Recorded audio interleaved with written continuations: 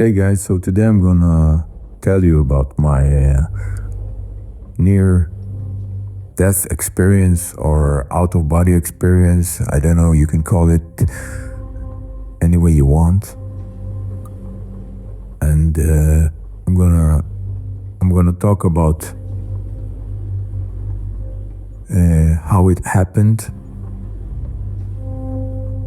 in reality, what happened when I was there in that place that is not this reality, how I came back, and what notions and conclusions I'm carrying with me since then. So it started on a very nice day that everything looked fine. Everything around me was great.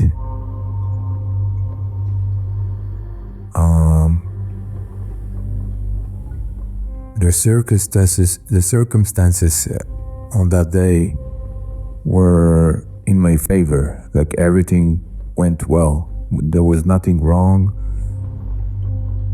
It was a beautiful day. I was sitting with my ex-wife on some kind of a terrace. It's like big stairs, and right in front of a big lake.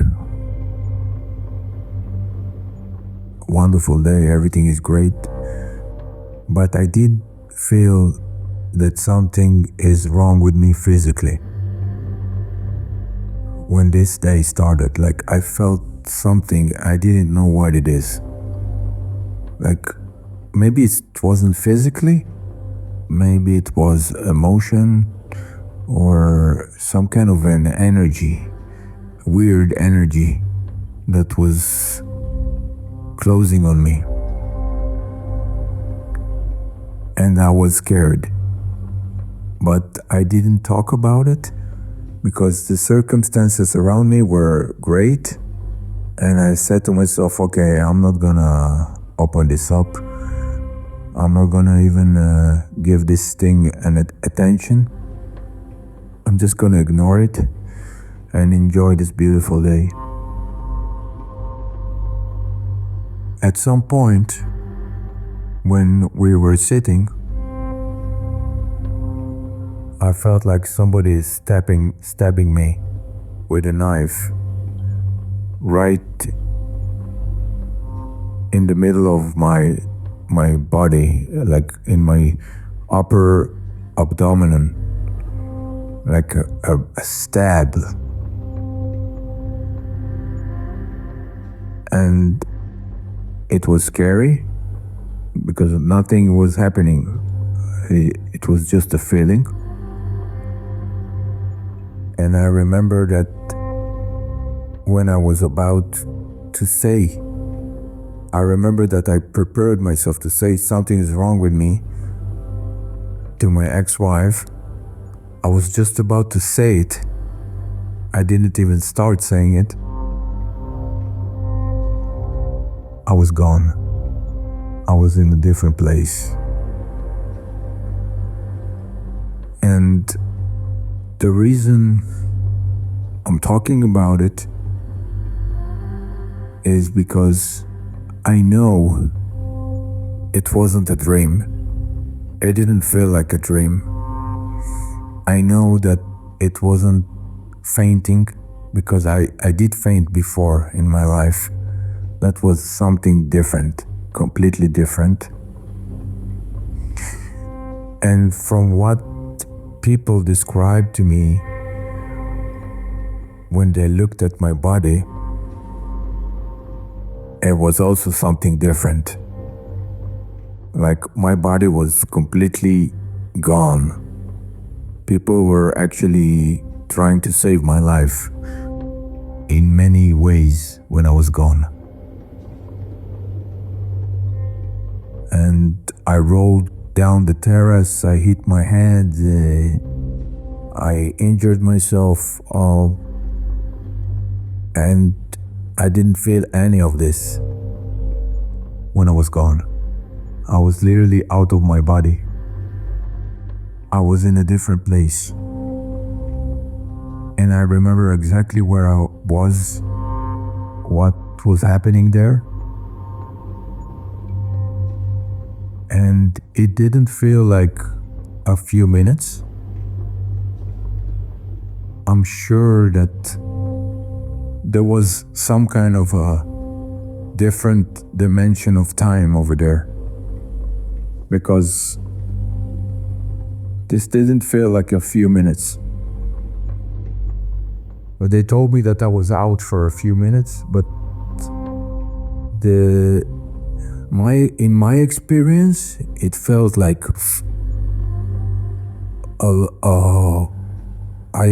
it's kind of hard to describe it in human time. Like, I cannot say that I was there for a few hours or a few days, but it felt like a long time. It felt like I already know what's going on around me. I got used to this place. I'm part of this existence, of this new existence, of this new thing, that this place that I went to. So first of all, I'm going to describe to you the scene of what was happening there.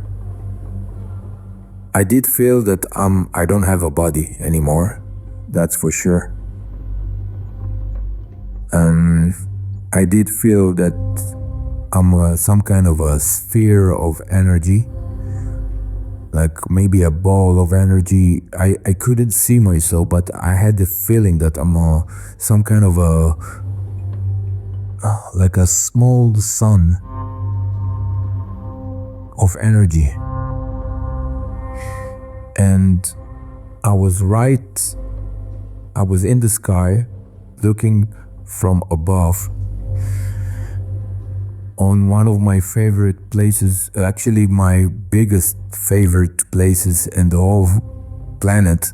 I traveled a lot when I was young, and this was one of my favorite places in the world. And I've always had the dream to come back to this place, because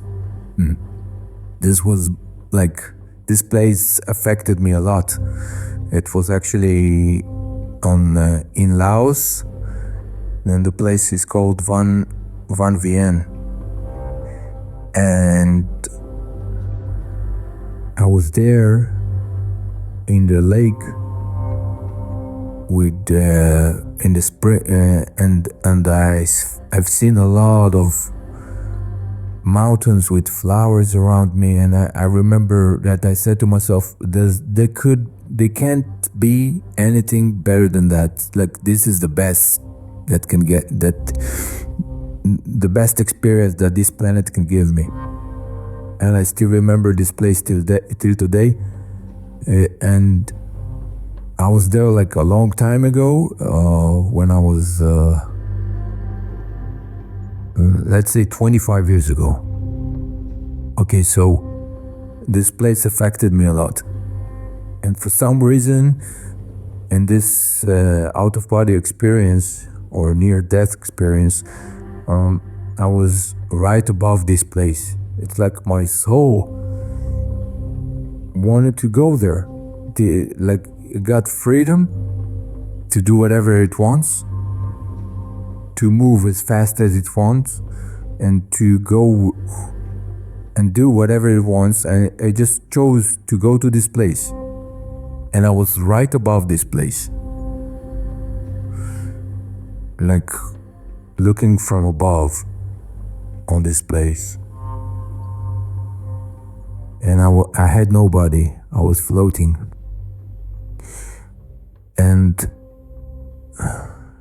The thing that I remember the most is the love, crazy love, crazy, insane love that I felt in my in my inside my energy. Like if I try to translate it to something in our reality, it can be something like somebody hugged me from the inside of my heart with a warm hug, like everything is fine, everything is good, everything is amazing, cool down. And this was a very nice feeling, like a loving mom, but like maybe 1,000 times more than that. It's impossible to even explain something like that. And I was looking from above, feeling all this love, just being there, without any purpose, without any needs, without any desire, nothing. Everything was like so perfect that the mind did not work. Like I did feel that I still have my mind with me. Like the mind was with me. So this is also another thing that I realized, that the mind is much more spiritual than we think. Like it wasn't my brain, it was my mind, my self mind, my source of information was with me. And after that,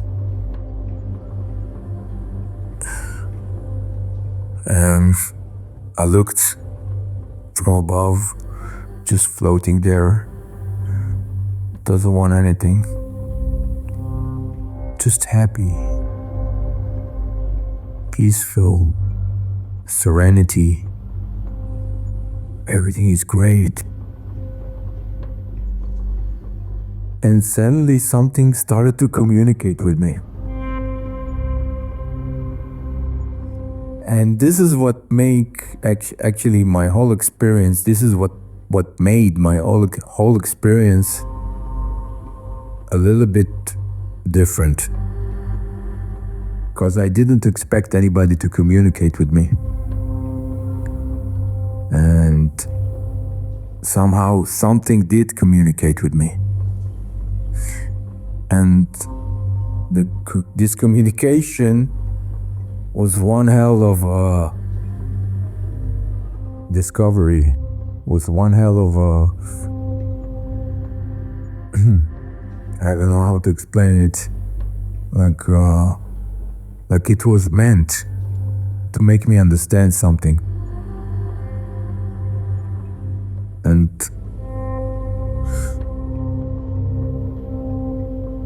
it started like not with the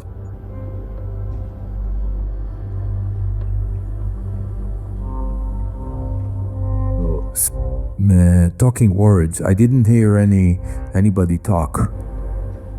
I didn't hear anybody speaks.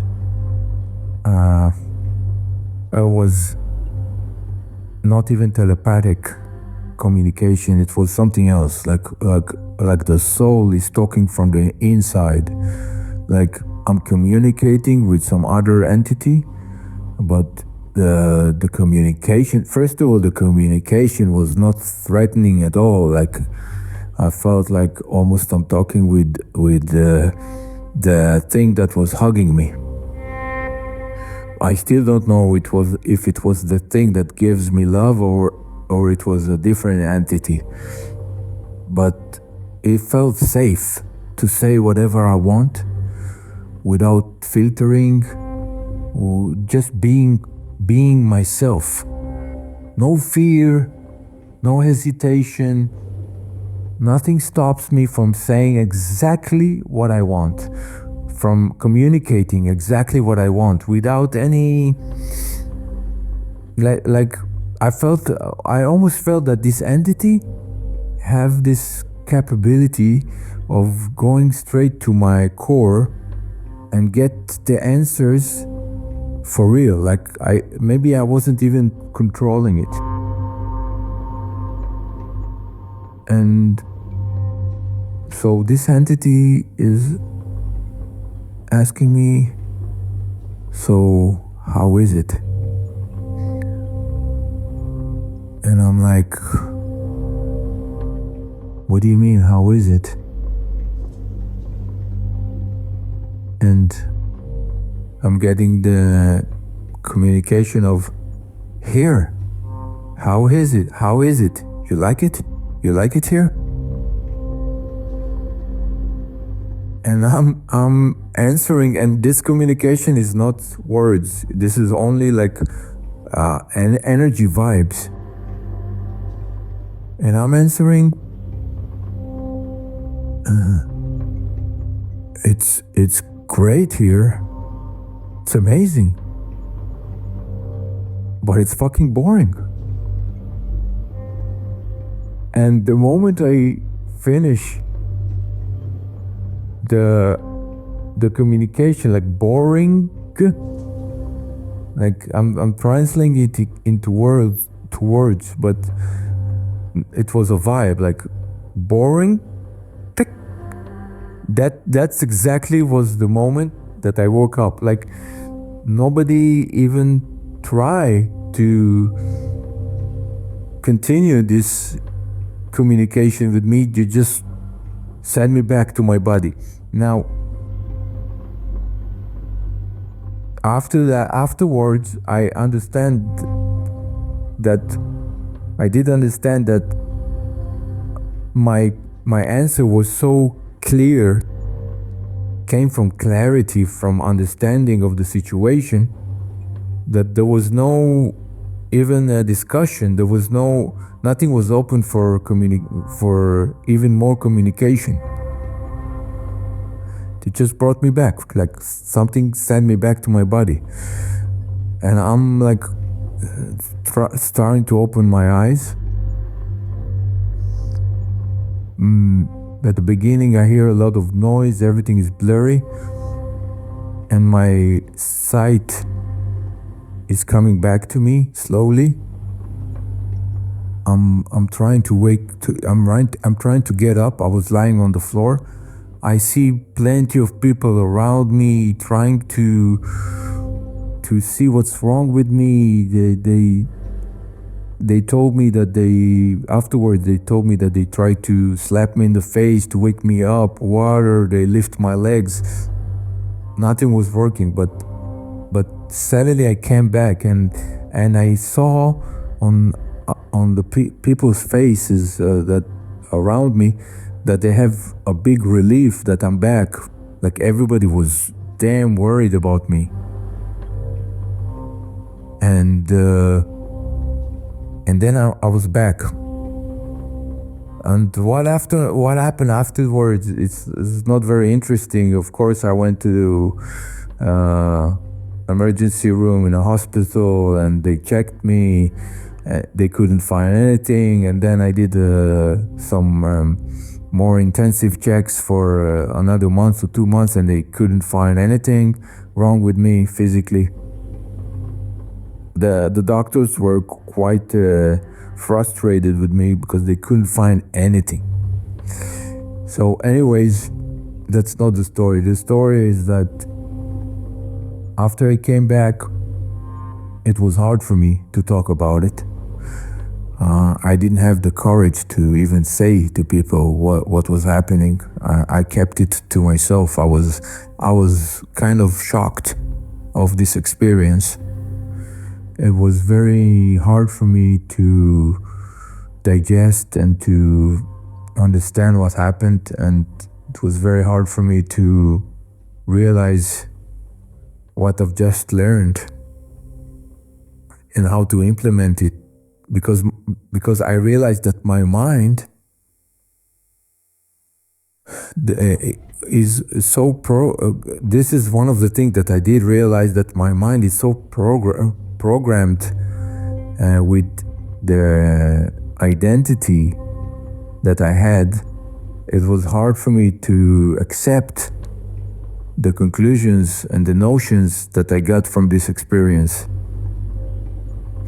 So one of the conclusions and the notions that I started to realize and accept slowly, it took time, it took a few years.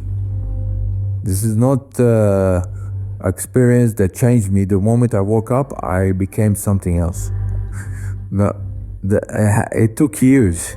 Like every day I was like thinking a little bit about it more and more, and what was happening there. Why did it happen to me? Why something pulled me into this world, into this realm, and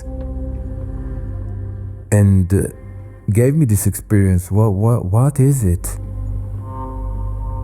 And now, after almost 10 years that it happened, I can finally talk about it. I can finally maybe give you my notion about it.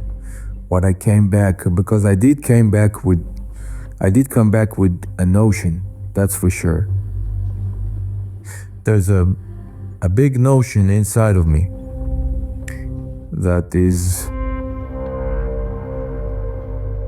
that I know almost for sure that when we spend time in that RAM, it is perfect. It is like complete.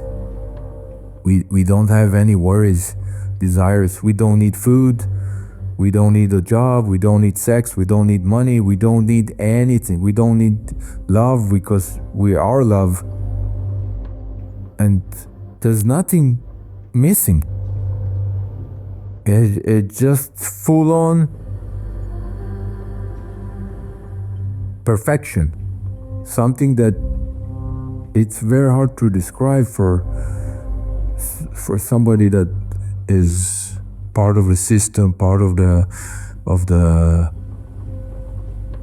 surviving that we feel here, like having a day job, supporting yourself, supporting your family, supporting the society, helping, being part of this, being part of that, accomplish this, accomplish that, saving more money in your bank account, buying a new car, because this is all like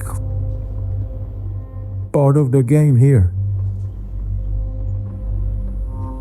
And it's very hard to explain it.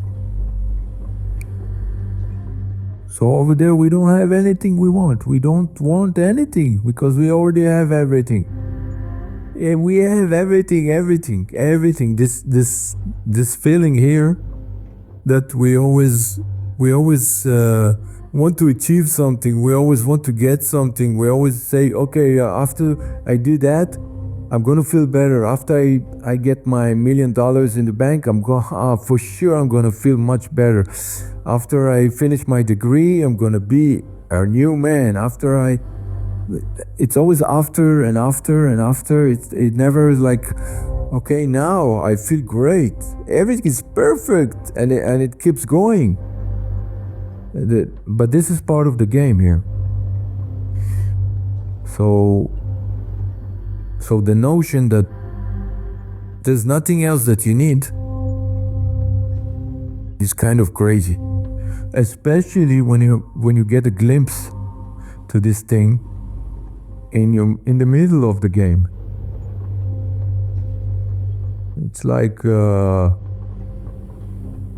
Minecraft character that somebody took out of the game and showed show the Minecraft character what kind of a game is he playing. Like, put him in a different consciousness and like, look at the game. This is the game you're playing now. And the Minecraft character will say, yeah, but it's stupid. Somebody moved me with arrows and I need to go there, I need to do that. That's exactly what it feels like. It's like the notion that I'm just a part of a game. This is the notion.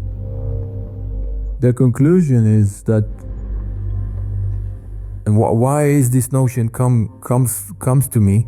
Because there was some kind of a conclusion, some kind of a understanding that stick to my mind, that we ask to come here. This is one of the desires that we got there. I don't know after how long we get this desire over there, but we look for something interesting, some difficulties, something to fight for, something to accomplish, something that we can achieve. So this game is not stupid. The life game is not stupid. It's not just the, sometimes I hear these gurus that they say, you need to understand that this is only a dream. Don't take it seriously. Life is only a dream. Life is only a game. Yeah, it is. But this is the game. This is the thing. That's why we came here. To be a part of this game and to find the way to survive and to find the way to accomplish stuff, to be ourselves, to become authentic, to maybe even to find the truth. This is also part of the game, that inside the game we try to understand, why are we here? What is it? Where is the truth? Who made us? Who control us? What is it that derives this whole craziness? Why some people are bad? Why some people are good? Why there's so much injustice? Why it feels random? Why people try to manifest? Why people try to control energy? What's the deal? And this is all comes to one source, that it's a game, and each one of us have a different character. Each one of us have a different notion. Each one of us has different desires. Each one of us has something that he likes more or less. And this thing, it comes from the mind that goes with you all the time, even after we consider to be dead and move on to the next life, or stay at that realm, at that different realm that I don't know how to call it yet. But this is the mind that we take with us.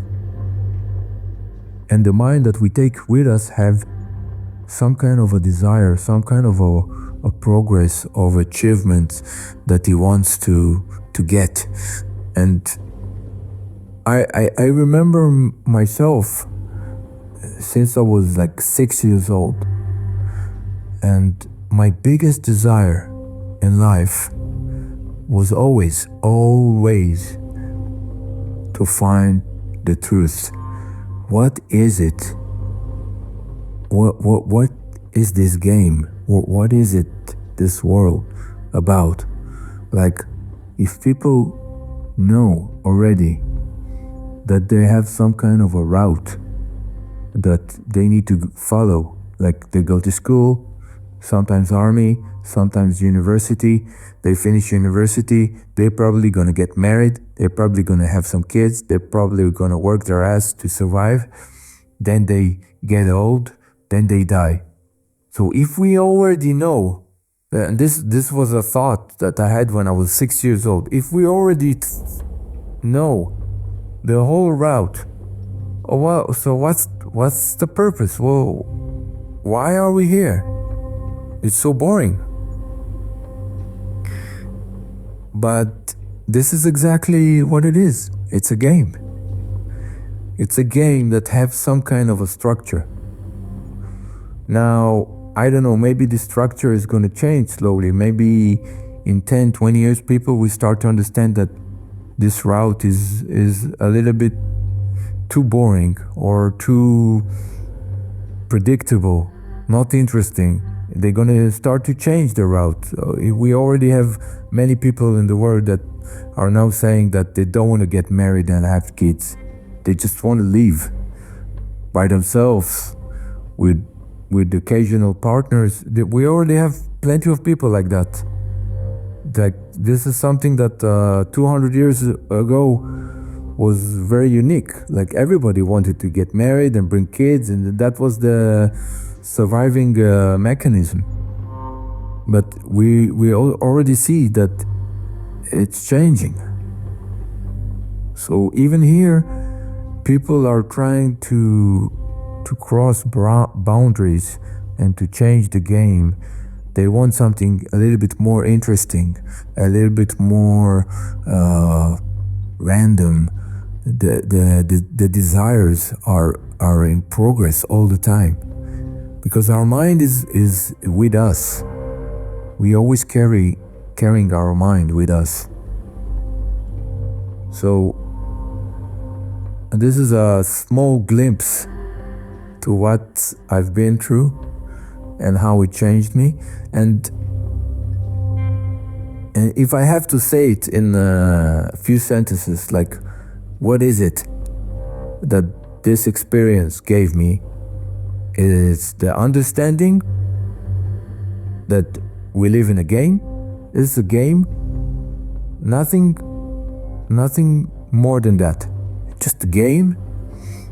But we need this game, because this is what keeps us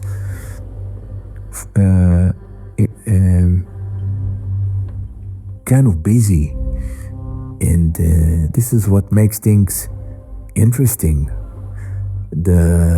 This so-called surviving game, like we need to survive somehow in this world. We need to make it somehow in this world. We want to find love. We want to feel complete.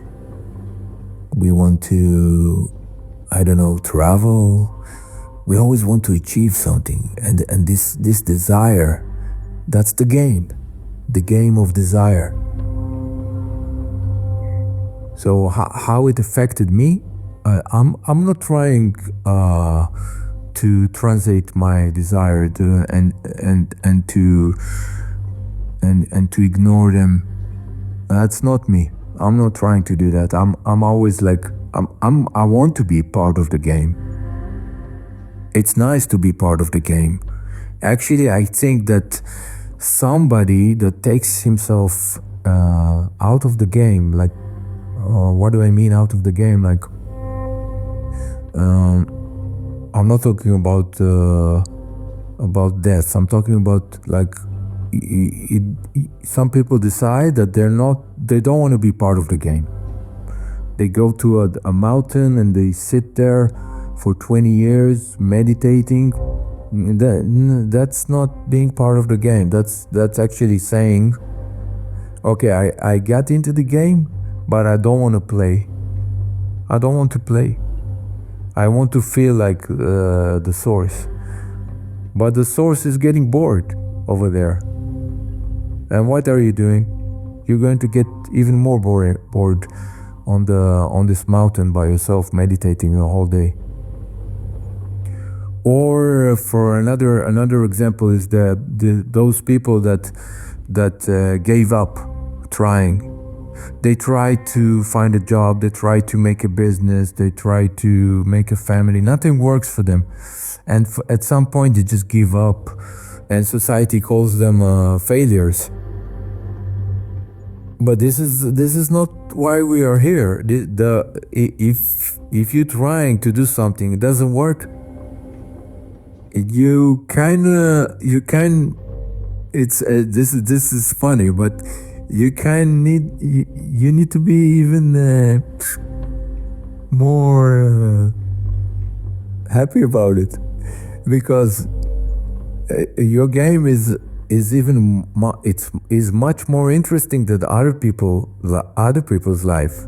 Because think about it, when you have somebody that his life is very ordinary. Okay, he went to school, finished school, university, he got a job, he got married, everything works fine, he got a salary, he survives well, everything works fine for him. So he's not challenging himself anyway, he's not trying to explore new ways, new philosophies about life, new ideas. He's not trying to think out of the box, because he is the box. And it doesn't matter what he does. He can travel the world, he can go to vacations, he can buy the most fancy car, and even if he have one house that he lives in, he can buy another 10 houses, and he can save money, and he can have a few millions in the banks, but he is gonna always feel like he's in a box, because he's not asking questions. He's just is just a part of the system. So if your society define you as something unique, different, or a failure, or he's trying different stuff but nothing works for him, this poor guy, or I don't know, you have this thing that you want to achieve, and you work on this thing for 10, 20 years and nothing works. You know how many existential questions you're gonna ask yourself? You know how interesting the game is for you compared to other people? That they don't have this desires, they don't have this need to think a little bit out of the box. Maybe to make something out of nothing, maybe to create something new. And this is where the game gets much more interesting. And if society defines you as a failure, or as something that is not useful for society, usually it's exactly the opposite. Usually it's because you are something, you can bring to this world something special, and you just need to absorb yourself, observe it, and realize who you really are, the authentic real, what is your drive. And I'm not gonna lie, I still had fear from life a long time after this experience. Like it didn't go. Like I was still worried about surviving, having enough money, having a roof, taking care of my kids. I still had all these fears. But I did realize that I did know that these fears are fake, that this is only a game, and I'm programmed to believe that I need to fear, I need to be worried. But I couldn't get rid of it because it was implemented so hard since I was little. I still sometimes fear from stupid things, because this is also a part of the game, and there's nothing to do about it. because once you're inside the game, you're part of the game. There's nothing to do about it. And the thing that you can maybe, if I want to translate this experience to something useful for life, I would say that no matter what happens, no matter how bad things get, always remember that this is only a game and you're here to survive it. You are here to maybe even fight it. You are here even to fight for yourself, fight for your survival, fight for your existence, fight for your ideas. Try to achieve them no matter what. And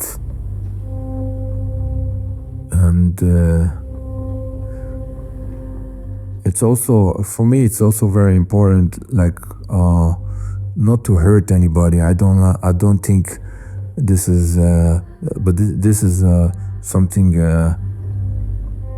that is good for yourself, for your karma, for your existence, for your soul, for your mind. You can achieve your stuff without hurting people, without causing pain to society, to other people. It's very important. Like, if you try to achieve something that you really desire and you need to hurt a lot of people on the way, that's not real. That's because this is not part of the game, in my opinion. Like, because after you feel this so much love, when I was there at this different room, after I felt so much love, there's another notion that came with me, that we are all the same, and that why would I hurt somebody that is also a beautiful soul, that has love, that is all about love and feeling complete. So some people here in the game, they have less awareness. They have they're acting bad, and they hurt you. Now there's the new trend is the narcissistic people. Everybody is talking about the narcissistic people. Unfortunately, I grew up with a lot of narcissistic people around me, but it doesn't matter, because once you understand it, it's just they're just players in the game, and it's none of your business to fix them. This is their own consciousness. This is their own progress. Maybe they didn't even understand what is it all about, and they're stuck in some stupid beliefs that they need to achieve stuff by hurting other people. They need to make a progress while destroying other people, while making other people small. While maybe they think that in order to feel good, you need to be above other people and make them feel small. But they're none of your business. Just stay away from these people, and don't be too forgiving with them. Like, don't put yourself in this fire again. Just stay away from these people. Protect yourself and try to be as good as you can. It doesn't mean you need to be part of this behavior, part of this thing. You can still achieve whatever you want without hurting anybody. It's very important. Don't let the bad people in our society drag you down to this I don't know, I call it darkness. We have a lot of people that are in the darkness, but it's not our job to take them out of there. This is part of their progress. This is part of their game. Maybe they've been in darkness for ages, and they inside the game they can't find a way to come out of it. Their mind is too narrow-minded, is too self-absorbed, and they cannot get out of it. So if you are one of the people that think that this existence, in this existence, it's very important to be good, to be a good person, not to hurt anybody. If you can help somebody, you help, but you need to keep yourself away from those people that just their whole existence is about hurting other people, because you cannot change them, you cannot fix them. There's nothing you can do about it, and you can only save yourself with awareness and understanding that it's useless to try to fix them. If they need to fix themselves, if they feel that something is wrong with them, they're gonna do something about it. One day they're gonna wake up and start doing things to fix it. Maybe in this life, maybe in their next life, but it's not your job. You're just here to play the game, not to try to fix all the bad characters in the game. Like, think about it, you're wasting time. You're wasting valuable time. This is not your job. You're wasting emotional time, because why do you need to get hurt and then fix yourself and then forget about this people that hurt you? Why wasting time? Just go forward with your life. Play your game, develop your awareness, develop your life in a way that is satisfying, and just enjoy the game. Enjoy it as much as you can, and don't let this survival game to affect you too much. And always remember that this is only a game. Catch you later, guys.